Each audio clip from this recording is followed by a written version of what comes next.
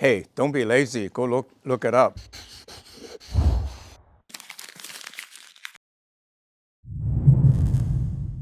Hi, I'm miltonchang of Bonsaiheirloom. A wonderful day for working on bonsai. The first one is from Russell. I came across this oak tree over the Rancho San Antonio. Well, Rancho San Antonio is a great place to hike. I love it when I used to be hiking. There are many oak trees in San Antonio Park. They are really spectacular, the natural tree. And so thank you very much for sending in this to share with the rest of Bonsai Heirloom community as a way of motivating us to inspire us on making the tree looking natural. Just imagine you get a tree that proportion in terms of thickness, branching, and put it into a little bonsai pot to really bring nature to home. And that is what I envision the American bonsai style. Not so much the contrived number one, number two, number three branch that are so beautifully contrived in a sense of that we think the human thinks the tree should look like that, to make it into a natural tree. And that's how I envision American bonsai to be. I encourage you to send in photos that when you go on a trail or you go into a park, or for that matter from your garden, a tree that really inspire you, send it to us. That will inspire other people to make trees that looks like that. And we'll call it the American natural style of bonsai. So if you look at the tree, you can see there's this big lump of a dead branch coming out and then a new branch coming out. All of this is very natural, but in a bonsai, it may look contrived, but you know, nature is nature. And so be bold, do whatever that makes sense, that you can logically explain that that's a good design. The next one is from Kevin. I have an amazing azalea in my garden. I like to make them a bonsai. So what are your comments? Well, you know, azalea is not something I'm really good at. I'm not very good at keeping them alive. And my suspicion is that if you look at the fibrous roots of azalea, they're very fine. So it's very important that you keep the root the root ball always moist, so that the fibrous roots doesn't dry out and damage. And I think the other thing that's really much misunderstood is that there are many azalea. They are in the family of rhododendron. In Oregon, they call them rhodies. And if you go to like Tibet, or for that matter, Thailand, you see really tall, big rhododendrons, and some of them have small flowers and small leaves.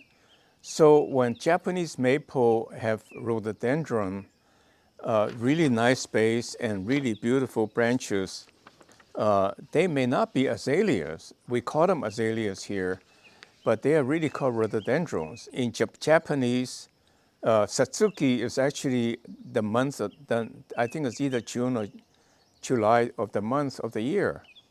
It's not rhododendron or azalea. So what I found is that azaleas here we refer as southern indica, and most of them very small trunks. And even when they grow a big bush, they may have many branches, but the bottom is not very thick. So I really suspect the rhododendron in Japanese bonsai are really rhododendrons. They are not azaleas, but we call them azaleas. So be a little bit careful about that. Now, to answer Kevin's question directly about how to dig up an azalea bonsai, I would say the following is to cut off, dig it many sections, little pieces at a time over a year or over several months, to allow for the fibrous roots to grow. And then the other thing, if you look at the bonsai books on how to make rhododendrons, is Satsuki, is to really cut it into almost all just wood, like a block, to get the triangular shape, the taper, and then let the branches grow out and then train them. So it's many years before they have a very tapered azalea with many branches seem like growing in the right place. But the starting off after they dug up from the mountain is very bare. So my deduction from that is they to compensate with the root loss, you cut off as much branches as you possible can to conserve the moisture. So I think that's all the tip I can give you. I'm not very good at azaleas. And if any one of our bonsai heirloom community members have experience with bonsai azaleas, please write us or have an understanding what is really the variety of the rhododendrons that makes what we call azalea bonsai. I think that would be very, very helpful. I'd love to have you tell us how your azalea work out. Okay, Kevin? Okay, the other ones have a bonsai whole day in the sun indoor.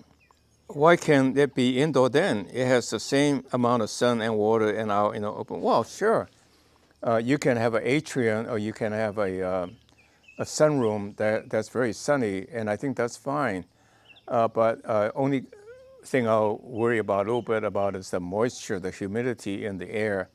But you can compensate that for watering it. So yes, by all means, keep a bonsai in a sunny indoor location. That could be next to a bright window. So bonsai can be kept indoor, and so I think bonsai is a good house plant. But I want to be cautious to say that they are really outdoor plants. They need full sun. They need bright light. So if you have bright light indoor, that's just fine. This is good timing. Should we get root hormone for repotting? If also a 5-gallon bucket with lots of holes drilled in the bottom, okay to large growing pot. We can't grow anything in the ground or building. These are all empty 5-gallon paint buckets going for free. Actually, I would suggest for the 5-gallon paint buckets, that's really a wonderful material. That's no different from 5-gallon nursery cans. I would drill a couple of small holes, moderate-sized holes. Let the water drain out slowly so that there's time for the root ball to absorb the moisture. This overwatering or drowning the tree is a bit overplayed. Only in extreme cases where you let the roots sit in rancid water, it will rot. But that sounds like a great idea. You know, if you cut some major, like when I take a tree, I use a saw to cut off the bottom to fit the bonsai pot. I mean, why not use the rooting hormone to stimulate root growth? Yeah, please, by all means, do. And I think you got a good scheme there. Very nice. What then caused the trees in the growing pot to remain so small compared to tree in the ground? Do they just have access to the many more nutrients? Well, you can grow a tree. In fact, nurserymen do that for landscaping tree. Grow a tree in a pot, nursery pot, very, very fast by putting in slow release fertilizer. In fact, it probably got better nutrient balance, nutrient than in the ground. And they can grow very fast. So then the other ingredient is really moisture and air. And I think you can duplicate both of that in a growing pot. So yes, you can grow big trees in a growing pot and fast, but you keep it small by pruning back, and try to get the taper as you prune, and try to find ways to sacrificial branch to speed up the thickness of a branch. I hope you don't mind in all my question about transplant 3 of my bonsai into big pots. Would you recommend 15-gallon, 25? I'm leaving there for 4 to 5 years approximately. What kind of soil do I need for the big? Can you share the same kind of video you have one already? Well, I think 15 size can is good enough. For really large tree, you may go to 25-gallon cans because ultimately you got to reduce from the nursery can to the bonsai pot, which is of modest size. That's a good idea to put in growing pots.